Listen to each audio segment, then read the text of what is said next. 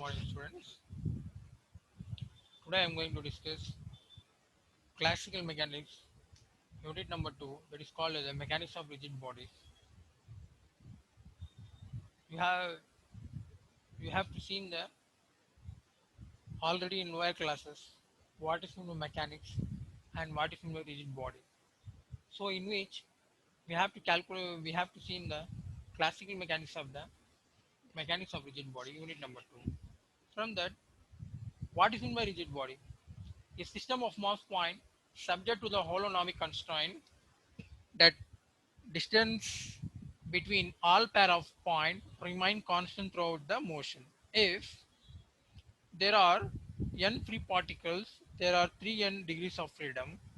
So normally, usually you see in the in constraint having a holonomic, non-holonomic, theonomic, you have to see in the unit number 1. From that, in with 3n degrees of freedom, for a rigid body, the number of degrees of freedom is reduced by the constraint expressed in the form of R of ij equal to C of ij. So this is the equation for constraint constraint in the rigid body. The independent coordinates of a rigid body, how it will changes from orientation and location. Rigid body has to be described by its orientation and location. Position of the rigid body is determined by the position of any one point of the body, and the orientation is determined by the relative position of all other point of the body relative to that position. This is the position in which the rigid body should be a constrained to the orientation and rotation. Similarly, one position should be a rotated in clockwise direction. The other point should be changed. Means the pink dot shows here. So similarly, the rigid body should be a changes from one orientation to another orientation. From that, the position of one point of the body is required to specification of three independent coordinates. The position of second point lies at a fixed distance from the first point, so it can be specified by two independent angular coordinates. So this you have to see in the previous in the constraint from one orientation to another orientation. Similarly, the fixed point O should be a directed towards the red line, should be a two independent angular coordinates should be a fixed at the second point lies at a fixed distance from the first point. Similarly, the position of any other third point is determined by one coordinate, since a distance from the first and second points is fixed.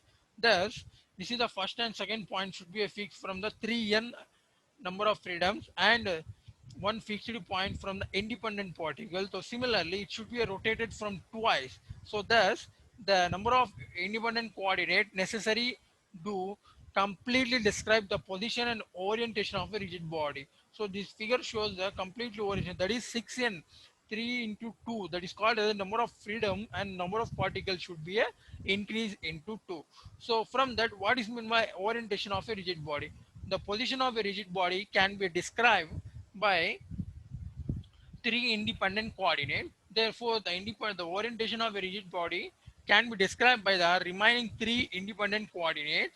There are many ways to define the three orientation coordinates. One common way is where the definition of the direction cosine. This is the direction cosine. Definition from the direction cosine. This is the angle should be from xyz direction. The direction cosine specifies the orientation of Cartesian set of axes related to another set with common origin. I dash equal to I dash equal to I cap cos theta 1 plus j cos theta 1 2 plus k cap cos theta 1 3. Similarly, the d dash and k dash should be a changes from the x dash to x1 dash, y to y dash, x3 to y3. Then similarly, these are the coordinates should be a changes from theta 1 1, theta 1 2, theta 2 2, theta 2 3, and theta 3 3. So similarly, the x I j k plan should be orthogonality condition. From that, I cap into j cap equal to j cap into I cap equal to k cap into I cap equal to I dash cap into j dash cap equal to j dash cap into j dash cap equal to k dash cap into I dash cap equal to 0. So similarly, the orthogonality condition at the same direction. Similarly, from that I, I, J, then K. This angle, this three direction should be a changes from XYZ plane. So similarly, the orthogonality condition should be a opposite. That is called as a one. I dash I into I cap into I cap equal to 1. This is the condition for the direction cosine in the orthogonality theorem. From that, we have to calculate I dash cap into I dash. This is the equation from cos theta 1 1, cos theta 1 2, cos theta 1 3, and into cos 1 1, cos 1 2, and 1 3. This is the cap dash. So similarly, the cos square plus cos square 1 1 plus cos square theta 1 2 plus cos square theta 1 3 equal to 1. So I cap equal to 0. This is the performing the similar operation for the remaining four pair. We obtain orthogonality condition is compact form. So summation over L equal to 1 to 3 cos of cos theta Li cos theta Lk equal to delta Ik. This is the equation after solving the four pair which obtain orthogonality condition in the compact form. So similarly, the value of orthogonality theorem, orthogonality condition should be satisfied from the four Riemann pairs. So similarly, the orthogonal transformation from an arbitrary vector g vector equal to I cap g1 plus j cap g2 plus k cap g3. We find the component in the primed set of axes as follow: g of 1 dash equal to I cap g dash equal to I dash cap into I cap g1 plus ij. This is the equation we will solve in the theta 1 1, theta 1 2, theta 1 3 in the form of g1, g2, g3. So similarly, from there, after solving this three equation, we will get the cos theta 1 1 g1 plus cos theta 1 2 g2 plus cos theta 1 3 g3. So similarly, from the g1 dash equal to g2 dash also similarly, there is 1 1 position plane should be a changes in the 2 1, then 3 1. Like that, similar equation should be a transform from the theta 1 1 to theta 2 1, theta 3 1. Like that is going on from the g1 g1 g2 g3. So from that, therefore the orthogonal transformation are defined as g1 gi dash equal to summation over j equal to 1 into 3 a of ij into g of j equal to a ij approximately equal to cos theta ij. The orthogonal transformation can be expressed as a matrix relationship with a transformation matrix A. G of G dash equal to A into G. The A is called as a transformation matrix with the orthogonality condition imposed on the transformation matrix A summation over L equal to 1 to 3 A of Li A of Lk equal to delta L delta Ik. So this is the equation similar to the four Riemann pair. So from that, the orthogonal transformation should be a calculate from the transformation matrix. So next we shall move to the Euler's angle. In order to what is meant by Euler's angle? This is the main important role in the mechanics of rigid bodies. The Euler angle should be a change from the matrix representation, that is mod of mod of A equal to 1. In order to describe the motion of rigid bodies in the canonical formulation of mechanics, it is necessary to seek three independent parameters that specify the orientation of a rigid body. The most common and useful set of such parameters are the Euler's angle. The Euler's angle corresponds to an orthogonal transformation where three successive rotation performed in a specific sequence. The Euler transformation matrix is proper. Mod of A equal to 1. So the Euler's angle, first we will rotate. Let us consider, first we will rotate the system around the z axis, this position. X double dash equal to d of x dash equal to cos pi sin pi 0 minus sin pi cos phi 0 0 0 1, then x dash y dash z dash. This is the 3 cross 3 matrix in the Euler's angle. Then we will rotate the system about around the x dash x double dash axis. So x dash x equal to c of x double dash 1000 cos theta sin theta 0 minus sin theta cos theta x double dash y double dash z double dash. Similarly, the axis should be a in this position. So similarly, the xy plan should be a changes from the z dash axis to x double dash axis. Finally, we rotate the Euler system around the axis x equal to b of x cos pi sin pi 0 minus sin pi cos pi 0 0 0 1 x y z. The direction should be a changes in the z direction. So the arrow mark shows the the system should be rotate in the z direction. Similarly, in the previous two slide, same also here the rotation should be a changes. Here the rotation should be a changes in the x double dash. So the complete transformation can be expressed as a product of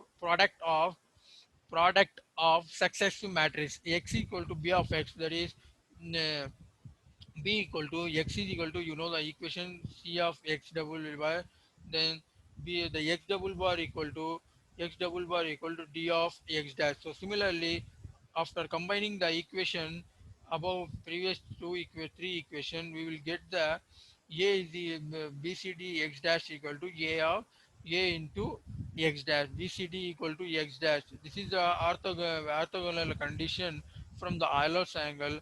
X is equal to a into x dash.